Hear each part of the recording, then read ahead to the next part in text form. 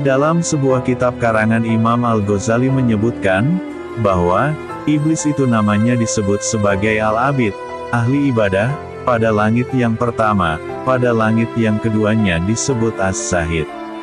Pada langit ketiga, namanya disebut Al-Arif. Pada langit keempat, namanya adalah Al-Wali. Pada langit kelima, namanya disebut At-Taqi. Pada langit keenam namanya disebut Al-Qasin. Pada langit ketujuh, namanya disebut Azazil, manakala dalam Lauh Mahfuz, namanya ialah iblis. Dia iblis, lupa akibat urusannya. Maka, Allah Subhanahu wa Ta'ala telah memerintahkannya sujud kepada Adam. Lalu iblis berkata, "Adakah engkau mengutamakan aku, sedangkan aku lebih baik daripadanya? Engkau jadikan aku dari api, dan engkau jadikan Adam dari tanah." Lalu Allah berfirman, "Aku membuat apa yang aku kehendaki." Oleh karena iblis memandang dirinya penuh keagungan, maka dia enggan sujud kepada Adam alaihissalam, karena bangga dan sombong. Dia berdiri tegak sampai saatnya malaikat bersujud dalam waktu yang berlalu. Ketika para malaikat mengangkat kepala mereka, mereka mendapati iblis tidak sujud, sedang mereka telah selesai sujud. Maka para malaikat bersujud lagi yang kedua kalinya karena bersyukur, tetapi iblis tetap angkuh dan enggan sujud.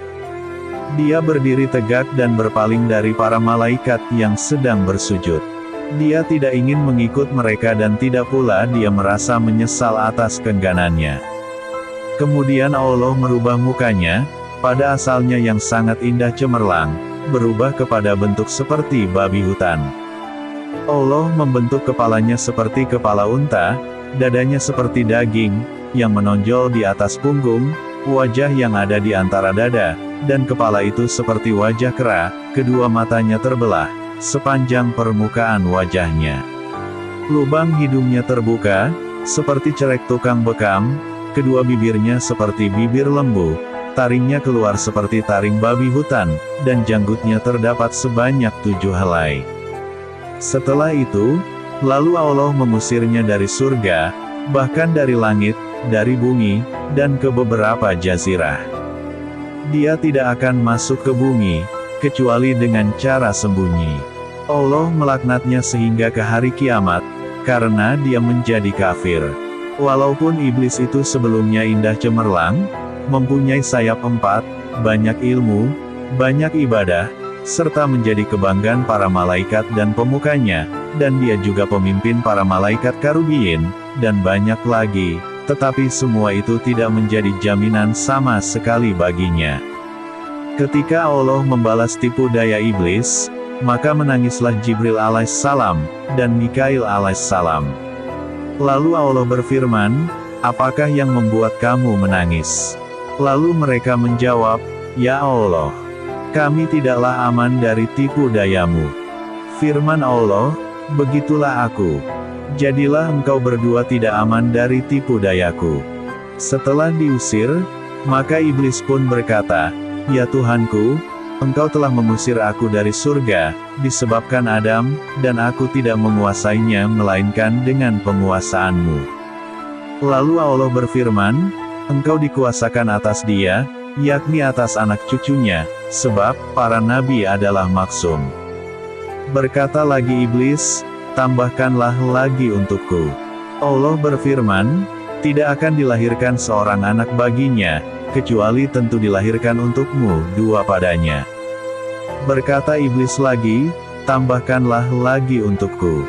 Lalu Allah berfirman, "Dada mereka adalah rumahmu, engkau berjalan di sana, sejalan dengan peredaran darah." Berkata iblis lagi, "Tambahkanlah lagi untukku." Maka Allah berfirman lagi, "Dan kerahkanlah terhadap mereka pasukan berkuda, dan pasukan yang berjalan kaki," artinya, mintalah tolong menghadapi mereka dengan pembantu-pembantumu, baik yang naik kuda, maupun yang berjalan kaki. Dan berserikatlah dengan mereka pada harta, yaitu mendorong mereka, mengusahakannya, dan mengarahkannya ke dalam haram. Dan pada anak-anak, yaitu dengan menganjurkan mereka, dalam membuat perantara mendapat anak, dengan cara yang dilarang, seperti melakukan senggama, dalam masa haid, berbuat perkara-perkara syirik, mengenai anak-anak itu, dengan memberi nama mereka Abdul Uzza, menyesatkan mereka, dengan cara mendorong ke arah agama yang batil, mata pencarian yang tercela, dan perbuatan-perbuatan yang jahat, dan berjanjilah mereka. Hal ini ada disebutkan dalam surat Al-Isra, ayat 64.